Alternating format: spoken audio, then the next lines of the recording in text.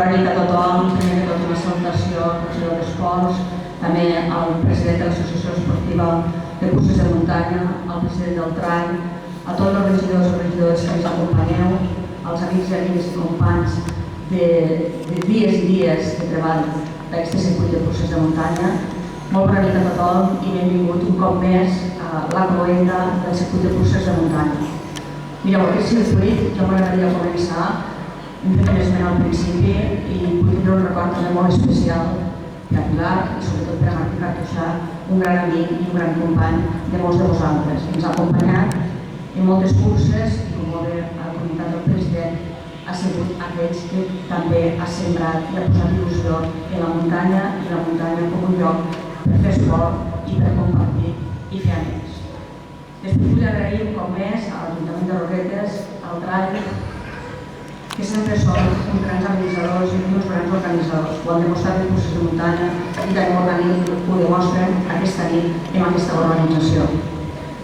Després també vull dir unes paraules molt especials per a tots aquells voluntaris i voluntàries que fan que sigui possible aquestes curses. Mireu, de broma estem parlant sobre 2.500 persones que fan de voluntaris en les curses, això no és qualsevol cosa. L'altre dia estava parlant amb gent d'altres territoris i deia quina és la clau de l'èxit de que les curses de muntanya aquí a les Terres de l'Ebre sigui un exemple de cohesió, de treball conjunt entre tot el territori.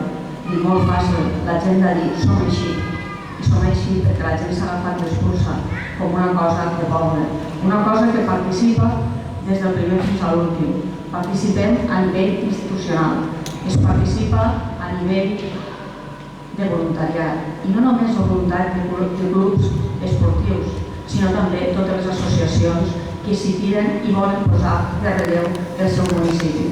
Fins i tot a vegades en alcaldes hi comentem, mira, ho diuen així mateix, abans, el dia de la festa major, el dia de Fires era el dia gran del nostre poble, però fins i tot les curses, en tan poc temps, és aquell moment que posem a conèixer el nostre poble i ens sentim contents tots de participar d'una manera o d'una altra.